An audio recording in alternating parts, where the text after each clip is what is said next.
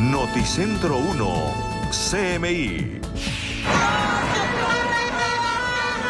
Problemas de movilidad en Bogotá por marcha de campesinos por la calle 26.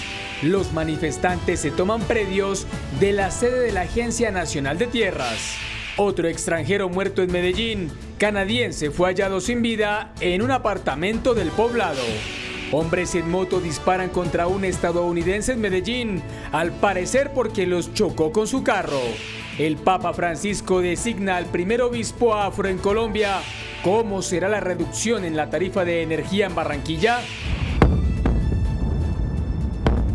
Rusia bombardea hospital de niños en Ucrania. Hay decenas de muertos y heridos. Tiroteo en Estados Unidos deja 2 muertos y 19 heridos. Con Luisa Tobo.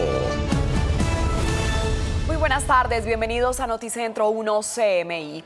A esta hora llega una gigantesca manifestación a la Agencia Nacional de Tierras por parte de miles de campesinos de todas partes del país que se congregan en Bogotá. Nicolás Romero, ¿cuál es la situación a esta hora? Muy buenas tardes. Hola, muy buenas tardes. Los saludamos en directo desde la Agencia Nacional de Tierras, ubicada en el occidente de la capital de la República, donde ha llegado esta gigantesca marcha por parte de campesinos que vienen de todas partes del país y se han congregado en este punto con carpas y con elementos para poder acampar, por lo menos por varios días, aquí en este punto de la capital del país. Me acompaña precisamente el presidente de ANUC. Presidente, bienvenido a Noticentro 1 CM. Hablemos de las razones de esta manifestación. Bueno, muy buenas tardes. Primero es que la Asociación Nacional de Usuarios Campesinos y la Agenda Nacional Campesina, que es la que articula muchos procesos organizativos del país, hemos definido hacer una movilización indefinida. Uno, respaldando la reforma agraria que plantea el presidente Gustavo Petro. Dos, planteándole a las instituciones que se articulen para que el Sistema Nacional de Reforma Agraria funcione. Lastimosamente hoy las instituciones no están articuladas, no tenemos los avances en cuanto a el cumplimiento de los acuerdos pactados con las organizaciones. Y en ese sentido, entonces, los campesinos buscamos todos los medios de interlocución, buscamos cómo concertar con las instituciones, pero lastimosamente ha sido una concertación infructuosa, no tenemos resultados, no tenemos avances significativos que permita que el campesinado esté tranquilo. Por eso hoy el campesinado está en las calles. Presidente, usted ya va a entrar aquí a reunirse, a pactar esa mesa de diálogo. Sin embargo, vemos que hay muchas personas con carpas, con elementos para acampar. ¿Hasta cuándo se van a quedar aquí? Bueno, nosotros hemos convocado a una movilización indefinida y hasta tanto no tengamos una respuesta clara frente al pliego de peticiones que hemos presentado como Agenda Nacional Campesina, no nos vamos a ir de Bogotá. ¿La respuesta clara cuál sería? No, que el gobierno nos diga cuándo nos va a cumplir. Básicamente eso es lo que espera el campesinado, que le cumpla. Tenemos nosotros un acta que ustedes mismos construyeron, que le tienen firmada. ¿Cuál es ese punto que es innegociable? ¿Cuál o se cumple o se quedan? Primero, lo que hemos dicho es que la movilización no se negocia. Segundo, hemos dicho que en cada uno de los puntos del pliego también hemos colocado una matriz para decirle al gobierno, pongámosle términos, tiempos, cuándo vamos a cumplir. Son entonces las palabras, presidente, muchas gracias, del presidente de la Agencia Nacional de Campesinos, que como les comentamos, pues miles de personas llegaron aquí a la Agencia Nacional de Tierras a hacer una manifestación de manera indefinida, con carpas y con todos los elementos pues necesarios para quedarse aquí por lo menos durante varios días, o según el mismo presidente, hasta que les cumplan. Es por ahora la información, volveremos más adelante actualizando lo que esté ocurriendo aquí en la Agencia Nacional de Tierras. Nicolás Romero, Noticentro 1 CMI. Así es, Nicolás, quedamos muy atentos a esta información. Y en un exclusivo apartamento del barrio El Poblado en Medellín fue hallado sin vida un ciudadano canadiense. Hernán Muñoz, ¿qué se sabe de este nuevo caso? Buenas tardes. Luisa, ¿qué tal? Buenas tardes para usted y para todos los televidentes. Precisamente estamos en directo desde el edificio en el barrio El Poblado de Medellín, donde fue hallado sin vida este hombre de 74 años. Un hombre muy querido que ya llevaba bastante tiempo en la capital de Antioquia, y precisamente a esta hora de la tarde estamos con el administrador de la propiedad y quien nos acompaña a esta hora de la tarde, Juan Carlos Tirado, quien además es el vicepresidente de la Junta Directiva de Cotelco y miembro de la Junta Directiva de Cotelco Nacional. Bienvenido a Noticentro 1 CMI. ¿Qué se conoce sobre el caso del extranjero? Y además ustedes acudieron a nosotros para hacer unas claridades con respecto a lo que sucedió. Adelante. Hernán, buenas tardes, ¿cómo están? Resulta que esta copropiedad quisieron atribuirle el tema de que es un hotel y realmente es una copropiedad común y corriente que hasta el 2022 fue un apartahotel. Pero resulta que decidimos convertirlo en una propiedad común y corriente de apartamentos, de residentes normales de la ciudad. Ahora, el canadiense al parecer tuvo una muerte natural y tenemos que entender que a la ciudad de Medellín están viniendo, se ha aumentado el 27% de la llegada de extranjeros a nuestra ciudad, pero no todos vienen a cosas clandestinas u oscuras. El señor de 74 años vivía desde enero en esta edificación. Era un hombre común y corriente, tenía una compañera permanente, no recibía visitas de nadie más y al parecer se trató de una muerte natural. Nosotros somos fieles al tema de la alcaldía en prevenir la explotación sexual de niños, niñas y adolescentes y por eso somos leales a las pretensiones del alcalde de la ciudad. Lo seguimos y lo acompañamos desde Cotelco y desde todas las propiedades que administramos. Pero resulta que en este caso fue un hombre que realmente falleció por muerte natural, Hernán. Pues a usted gracias por las claridades que nos hace a esta hora de la tarde. Por supuesto, la muerte de este hombre de 74 años permanece en investigación, pero también hay que hacer algunas claridades. Su cuerpo fue hallado sin signos de violencia. Lo mismo que el contraste de las cifras que van actualmente en la capital de Antioquia y el Valle de Aburrá. Este año, 33 extranjeros, 14 de ellos norteamericanos, han fallecido por diferentes circunstancias, pero de esos 33 casos, solo 2 han sido tipificados como asesinatos. Y vamos con un tema similar que ocurrió en la vía que comunica Medellín con el Aeropuerto Internacional José María Córdoba, porque un ciudadano colombo estadounidense fue herido en un caso que sucedió en las últimas horas en esta zona o en esta vía conocida como la vía Las Palmas. Este hombre tiene 34 años, las autoridades están investigando si esto está asociado a un acto de intolerancia o a un intento de atraco. Situación en materia de investigación que está siendo investigada por las autoridades, por la Policía Metropolitana y por la Secretaría de Seguridad. Y vamos a cambiar de tema porque la semana pasada les contamos lo que ocurrió lamentablemente en el municipio de Valdivia, el asesinato de 6 militares, un atentado que dejó 3 personas más heridas. El ejército 3 días después ha confirmado un duro golpe contra las minas antipersonal. Fueron destruidas 4 en las últimas horas en zona rural del municipio de Segovia. Aquí las declaraciones de la institución. Esta área minada se encontraba en un cruce de caminos, atentando contra la población civil y contra la fuerza pública. Pues nuestro grupo de explosivos y de municiones ESDE, de una forma controlada y con todas las medidas de seguridad, logramos destruir estas 4 minas antipersonales. Denunciamos estos hechos que son claramente la violación a los derechos humanos y al derecho internacional humanitario. Pone pantalla completa, porfa. Este hombre, según las autoridades, pues además se confirma que continúa la investigación.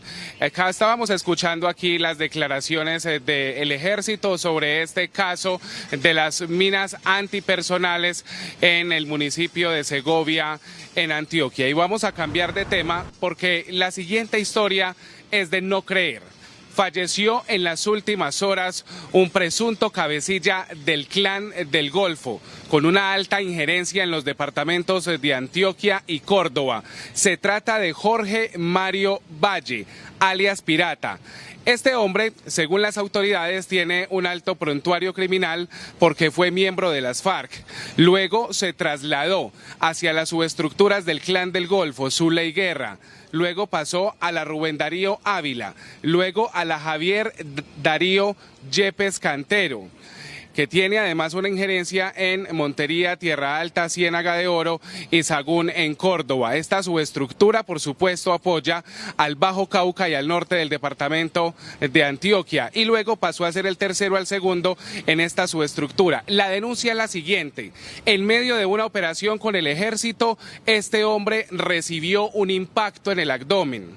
Fue trasladado por sus hombres, por sus cómplices, hacia un hospital de Montería, específicamente directamente a la clínica San Sebastián de Montería, pero allí se identificó o se presentó con una identidad falsa y se presentó como Dairo Andrés Úsuga, y además lo hicieron pasar con una herida que no representaba la existente.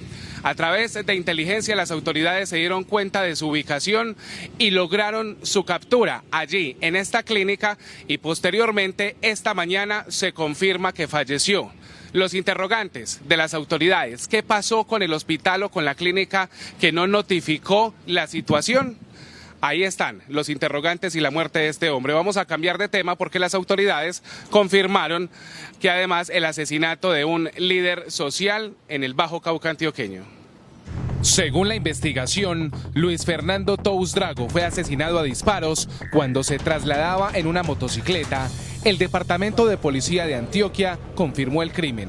Sé que tienen un compromiso en cuanto a la ubicación que se realiza ahí de la invasión en el lote de Santa Elena. Sin embargo, en el trabajo investigativo también se logró la captura con los posibles autores del hecho, donde se les incautó un arma de fuego, y es proceso de investigación para determinar qué relación tenía que ver esta persona con el tema de la apropiación de los lotes o la situación de invasión ilegal.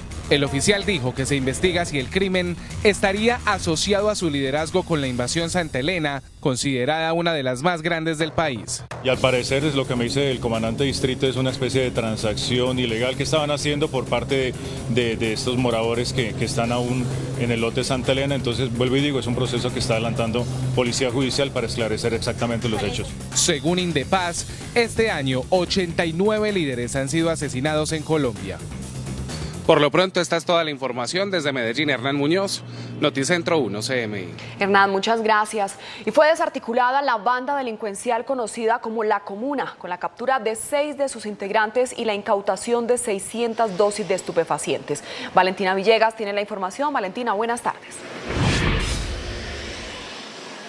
Buenas tardes, Luisa y televidentes. Pues como usted lo indica, fue desarticulado este importante grupo delincuencial que se dedicaba a la comercialización de estupefacientes en el municipio de Palmira. Varios de sus integrantes fueron capturados.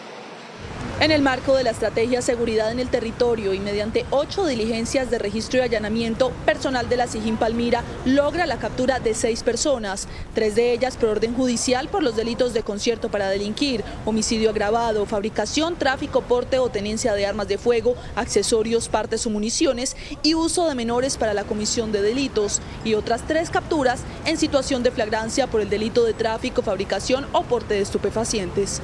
Dentro de estas diligencias de allanamiento se logra la incautación de 600 dosis aproximadamente de estupefacientes, entre clorhidrato de cocaína, bazuco y marihuana.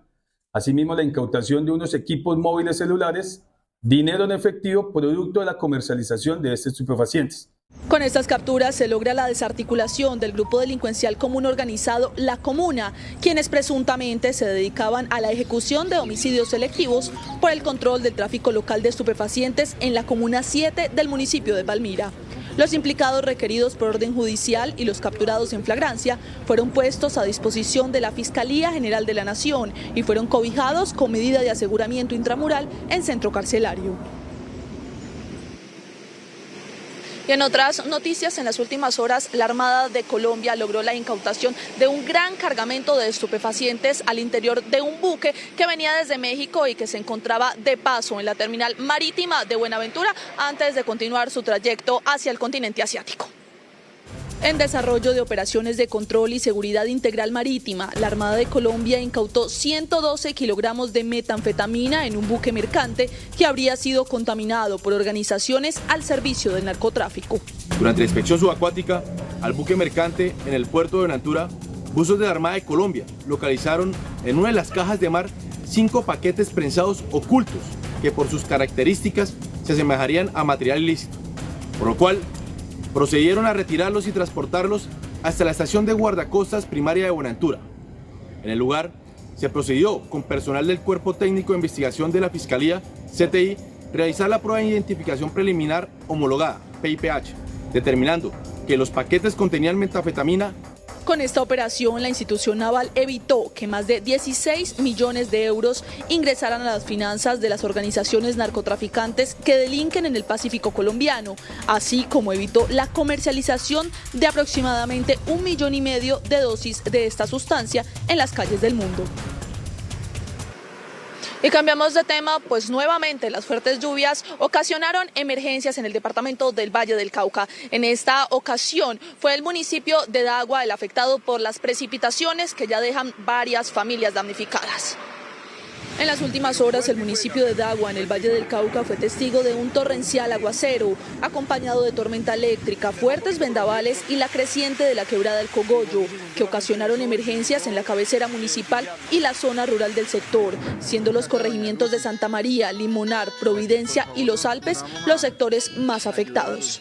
Hasta el momento tenemos un reporte de 10 viviendas afectadas, 4 en la cabecera municipal, 3 en Providencia, 3 en Los Alpes, una de ellas completamente inhabitable, las otras digamos que se pueden recuperar porque fueron daños en techo.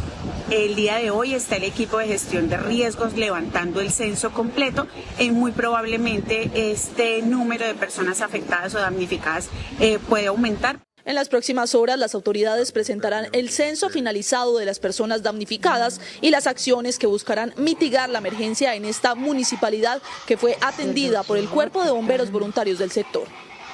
Y en otra información, en las últimas horas, el Papa Francisco nombró al primer obispo afrocolombiano. Se trata del padre Winston Mosquera Moreno, quien es sacerdote de la Arquidiócesis de Cali desde el 19 de marzo del año 2005. Nacido en Andagoya, Chocó, hace 57 años y quien recientemente fue elegido por el Santo Padre como obispo de la diócesis de Quibdó, Chocó. Ahora se enfrentará a grandes retos en este departamento del suroccidente colombiano que presenta una compleja situación social, económica y política marcada por la violencia y por el narcotráfico, por lo que la responsabilidad de la Iglesia Católica radica en la protección de la vida y de los más necesitados.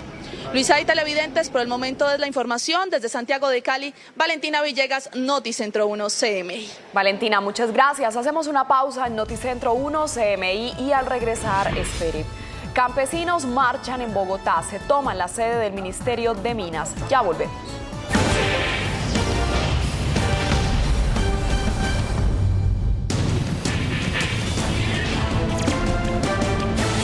El aumento de sicariatos prende las alarmas en Bucaramanga. La ciudad ingresó a la lista de las 5 más violentas del país. ¿Cuáles son las causas, Ana Mercedes? Muy buenas tardes.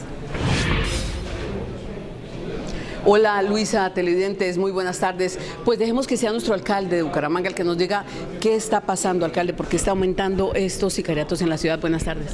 Un saludo especial para todos. La lucha contra el delito y la delincuencia no solamente la está viviendo Bucaramanga, la está viviendo el país. Y nuestro propósito en los últimos meses ha sido arrinconar las estructuras delincuenciales, capturando estructuras, quitándoles o allanando lugares. Hemos incautado más de 15 toneladas de droga. Eso ha generado unas disputas por el territorio que ha cobrado la vida de personas que pertenecían a una u otra estructura. Esta batalla de estructuras delincuenciales por el territorio nos ha dejado una serie de víctimas las últimas semanas. Lo que no vamos es a aflojar, pero necesitamos hacer un llamado al gobierno nacional para que apoyen la lucha que están dando los alcaldes, porque esta pelea no la podemos dar sola nosotros en el territorio, sino necesitamos el acompañamiento del gobierno nacional. ¿Cómo sería el apoyo? Mira, fortaleciendo la fuerza pública, inteligencia, la inversión en tecnología, porque estas estructuras están caminando nuevamente a sus anchas, con rutas, movilizando los cargamentos por diferentes puntos, y ahí es donde necesitamos volver a endurecer las medidas que se estaban tomando. En el territorio estamos tomando medidas, pero necesitamos el apoyo nacional. Muchísimas gracias. Una disputa de bandas de narcotráfico es la que está causando esta ola de sicariatos en Bucaramanga, nos acaba de informar el alcalde local. Es todo por el momento, continúen ustedes con más noticias en estudio. Buenas tardes. Ana Mercedes, muchas gracias. Y fue desarticulada la banda multicrimen conocida como la Oficina de la Costa, dedicada a la extorsión de comerciantes en Cartagena. Tatiana, ¿cómo se realizaron estas capturas? Muy buenas tardes. Luisa, televidentes, muy buenas tardes. Se hicieron a través de orden judicial, 6 por allanamiento y registro y 2 notificaciones a centros penitenciarios. Han señalado las autoridades que 8 meses tardaron las investigaciones para tratar de establecer la ubicación de estas personas que entregaban panfletos a sus víctimas y exigían unas sumas de dinero entre los 5 y 20 millones de pesos. Tras varios meses de investigación y seguimiento, la policía logró la captura de 8 personas, 6 de ellas por orden judicial, quienes venían realizando las extorsiones a los comerciantes en Cartagena y varios municipios del departamento. Un trabajo de más de 7, 8 meses, una investigación con toda la capacidad de inteligencia policial, de policía judicial, nos permite hoy generar ambientes más sanos y afianzar la relación de la policía, la comunidad, los comerciantes y las autoridades. 2 personas fueron notificadas en la cárcel de Girón Santander y en La Picota, desde donde se coordinaban las extorsiones. 2 individuos que le hacen mucho mal a Bolívar y a Cartagena, alias Calvito Mamba y alias Alex Pereira, quienes siguen con la intención de generar afectaciones y extorsionar a comerciantes del sur de la ciudad. Las exigencias económicas a las víctimas oscilaban entre los 5 y 20 millones de pesos y eran amenazados a través de panfletos entregados por alias Marlon y alias Edwin, 2 de los capturados. De los 8 detenidos, 6 presentan anotaciones judiciales como indiciados por los delitos de homicidio, amenazas, concierto para delinquir, porte ilegal de armas de fuego, hurto, fuga de presos y tráfico de estupefacientes. Y estas personas, por supuesto, fueron puestas a disposición de la Fiscalía General de la Nación y están a la espera que un juez de control de garantías defina su situación judicial. También la invitación muy importante de las autoridades es a la comunidad a denunciar si son víctimas de extorsión. Con esta información me despido desde Cartagena. Tatiana Rodríguez para Noticentro 1 CMI. Feliz tarde. Tatiana, muchas gracias. Y la empresa Aire anunció una rebaja del 4% en las tarifas de energía en cumplimiento de lo dispuesto por el gobierno nacional. Los usuarios califican esta rebaja como algo irrisorio. Jorge Castro tiene más información. Jorge, buenas tardes. Muchas gracias, muy buenas tardes. Se trata de una rebaja de algo más de 40 pesos por cada kilovatio hora que se consuma en los 3 departamentos en donde opera la empresa Aire, aquí en la costa norte de Colombia. Sin embargo, continúa el cobro que se está haciendo por opción tarifaria. La rebaja regirá a partir del próximo 15 de julio. La empresa de servicio comunicó que se trata del cumplimiento de los acuerdos logrados con el Ministerio de Minas y Energía. Se benefician más de 1.300.000 usuarios de los departamentos de Atlántico, La Guajira y Norte de Magdalena. Nosotros vamos a tener una disminución para los usuarios de la compañía en los departamentos del Atlántico, Magdalena y Guajira del 4% a partir del 15 de julio. Esto representa un valor menor de cerca de 49 pesos por kilovatio que se van a lograr disminuir.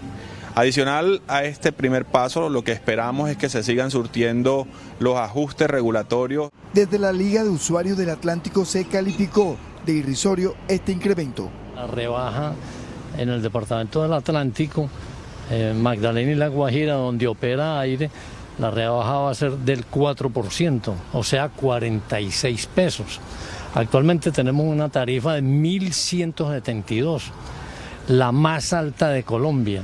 Si le restamos el 4% es 46 pesos, quedaríamos en 1.116, la más alta del país, ¿ya? Entonces yo creo que esto es una rebaja pírrica, es un baldado de agua fría para la región. Mientras tanto, la opción tarifaria, otro componente que ha llevado a un incremento de más del 30% de la tarifa de energía en el último año, se seguirá cobrando. La empresa y usuarios están a la espera de que se defina la manera como el Estado asumirá la deuda, que en el caso de Aire está por el orden del billón de pesos. El cobro por opción tarifaria será durante el próximo mes de cerca de 20 pesos por kilovatio hora. Noticias desde Barranquilla con Jorge Castro, Noticentro 1, CMI. La deforestación se redujo en un 36% en el 2023. Esta es la cifra más alentadora del milenio. Luisa Fernández tiene los detalles. Luisa, buenas tardes. Hola Luisa, muy buenas tardes. Pues mire, esta histórica reducción se debe, y valga la redundancia, a que en departamentos históricamente afectados pues se registró una gran reducción también en materia de deforestación. Es el caso de la Amazonía colombiana con una reducción del 38%, pero también de lo que se conoce como el arco amazónico, que comprende a los departamentos del Meta, Guaviare, Caquetá y Putumayo. Ejemplo, Putumayo tuvo una reducción del 52% en deforestación, seguido también del Meta con un 57% de reducción en deforestación. Esto dijo la ministra de Ambiente. La cifra del año 2023, que es 79.256 hectáreas, es la cifra más baja producida desde que tenemos serie histórica desde el año 2000. Es por primera vez una cifra que reduce sustancialmente por debajo de las 100.000 hectáreas y es un año realmente icónico en esta lucha contra la deforestación. Recuerden que el compromiso de Colombia es llegar a cero deforestación al 2030, que se mapea como más o menos 50.000 hectáreas en el año 2030. Mire, Luisa, y esta reducción de la deforestación medida de su manera anual es histórica y tenemos en nuestras manos el mapa, porque desde 2020, desde cuando se realiza esta medición, nunca Colombia había estado por debajo de las 100.000 hectáreas deforestadas. Recordemos que para 2023 fueron 79.256 hectáreas deforestadas. En el año 2001, cuando se registraba una de las primeras mediciones, se registraron 135.000 hectáreas deforestadas, y en el momento en el que más hectáreas deforestadas tuvimos fue en el año 2017 con 219.000, pues se registra ahora menos de 80.000 hectáreas deforestadas, asegura el Ministerio de Ambiente de Colombia. Nosotros tendremos la ampliación de esta noticia en nuestra emisión central a las 8 de la noche. Noticia en desarrollo en CMI. Y a esta hora, un grupo de campesinos que se tomó la Agencia Nacional de Tierras también se toma las instalaciones del Ministerio de Minas y Energía. Nicolás Romero, ¿cuál es la situación a esta hora? Luisa, nuevamente cordial saludo para usted y para todos los televidentes. Estamos en directo desde el Ministerio de Minas y Energía, donde un grupo de los campesinos que también llegó a la Agencia Nacional de Tierras también se tomó estas instalaciones. Me acompaña el presidente de ANUC Santander. Presidente, bienvenido a CMI. ¿Qué fue lo que pasó? ¿Se van a quedar aquí en el edificio del Ministerio de Minas? Bueno, yo quiero saludarlos en nombre de los campesinos y campesinas a nivel nacional, especialmente en nuestro departamento de Santander. La verdad que esta situación de los campesinos nos obliga a tomarnos algunas dependencias, algunos ministerios, y estamos en el Ministerio de Minas, pero también la Agencia Nacional de Tierras. Desde luego lo que estamos reclamándole pacíficamente al gobierno de Petro es el cumplimiento de los pactos acordados. Esperamos que la reforma agraria sea una realidad en nuestro país. La verdad que lo que se ha dado son pañitos de agua tibia y nos parece que es como un insulto al campesinado en Colombia. En años anteriores, en gobiernos anteriores, bregamos para que los gobiernos le asignaran recursos a la reforma agraria. Hoy en día sobra la plata, falta ¿qué? Ejecución. Presidente, permítame, le vuelvo a repetir la pregunta. ¿Hasta cuándo se van a quedar aquí al interior del Ministerio de Minas y Energía? Pues hasta que el gobierno nos atienda y nos dé una sana respuesta y desde luego a sus compromisos. Hasta ese momento nos vamos a retirar de acá. Los vimos entrando con carpas, con colchonetas. ¿Se quedan a dormir aquí en el Ministerio? Sí, venimos preparados a lo que sea. Es decir, a quedarnos un día, 15 días, un mes. Eso depende ya del gobierno nacional. Ya se iniciaron esas mesas de diálogo. Hablamos también con el presidente de ANUC Nacional. Ya creo que está dialogando allí. ¿Qué espera usted? ¿Cuál es ese punto que no van a negociar? No, yo pienso que el compañero Nilsen, el presidente de la ANUC Nacional, es una persona capaz de la negociación. Me parece que el gobierno nacional debe ser sensato, que los reclamos que le está haciendo el campesinado en Colombia es una verdad para el desarrollo de las veredas, del sector, de los municipios. Rápidamente, perdóname, lo interrumpo nuevamente. ¿Cuál es ese punto principal que ustedes piden? La reforma agraria y el cumplimiento de los acuerdos pactados. Y uno de los puntos en esa reforma agraria, ¿cuál es el que no piensan irse de acá sin que se cumpla? Que le diga la reparación colectiva a la ANUC Santander y de la ANUC Nacional. Presidente de ANUC Santander, muchísimas gracias por acompañarnos aquí en esta segunda entrega de Noticentro 1 CMI sobre lo que está ocurriendo en estas edificaciones, en la Agencia Nacional de Tierras y ahora en el Ministerio de Minas y Energía, donde un grupo de varios campesinos, de miles de campesinos de todos los puntos del territorio nacional, se han congregado en estos puntos y se van a quedar de forma indefinida. Han traído carpas y todos los elementos para acampar durante varios días si es necesario, como ellos mismos lo han dicho. Cambiamos nuevamente de tema porque la Policía Metropolitana de Bogotá capturó a 5 personas señaladas de cometer delitos sexuales con menores de 14 años. Son delitos completamente aberrantes en los que un factor en común se presentó, y es que todas las personas que son señaladas de cometer esos abusos sexuales son personas cercanas a las víctimas, cercanas a los niños, en algunos de los casos los padrastros y en algunos de otros casos los padres, por ejemplo, de la madre de uno de estos menores, que los abusan sexualmente en las mismas viviendas donde residen conjuntamente. Escuchemos a continuación al subcomandante de la Policía Metropolitana de Bogotá. Los implicados tenían mucha cercanía con estos niños, quienes sus edades oscilaban entre 4 y 11 años. El primer capturado, un padrastro, quien llevaba cerca de 4 años abusando de una menor de edad en la localidad de Bosa. Una segunda captura se lleva a cabo por un abuelo adoptivo, quien llevaba cerca de 6 años abusando de este menor de edad. También se genera la captura, digamos que es un hecho relevante, de un docente, quien, aprovechando la cercanía con menores de edad, cerca de 7 niños denunciaron haber tenido algún tipo de manifestación sexual por parte de este docente. Otra persona es capturada en Bosa también, aprovechando que su pareja sentimental estaba ausente para generar hechos violentos. Eran cerca de 8 años los que ya venía generando esta afectación. Y por último se presenta en la localidad de Antonio Nariño a una persona quien, aprovechando también la ausencia de su madre, generaba hechos sexuales contra esta menor de edad. Todas estas 5 personas fueron llevadas ante autoridades judiciales, quien un juez de control de garantía le dicta medida de aseguramiento en centro penitenciario. Volvemos a cambiar de tema porque gracias al uso de estas cámaras de seguridad en toda la capital de la República, la Secretaría Distrital de Seguridad, en conjunto con la Policía Metropolitana de Bogotá, está empezando a lograr capturas por diferentes delitos. Observen el video que quedó captado en el barrio Gustavo Restrepo, en el sur de la capital del país. Se logró la identificación y captura de 2 sujetos que estaban protagonizando una riña en un bar, o más bien a las afueras de un bar de ese sector de la localidad de Rafael Uribe.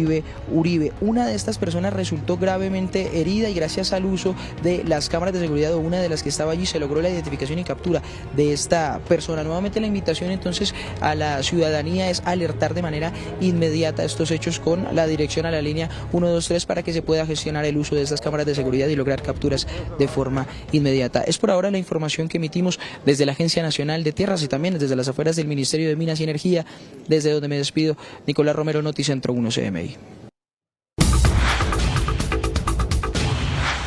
Ataque mortal en Ucrania. Al menos 36 personas perdieron la vida y 72 resultaron heridas en un masivo ataque ruso, incluido un hospital infantil en Kiev.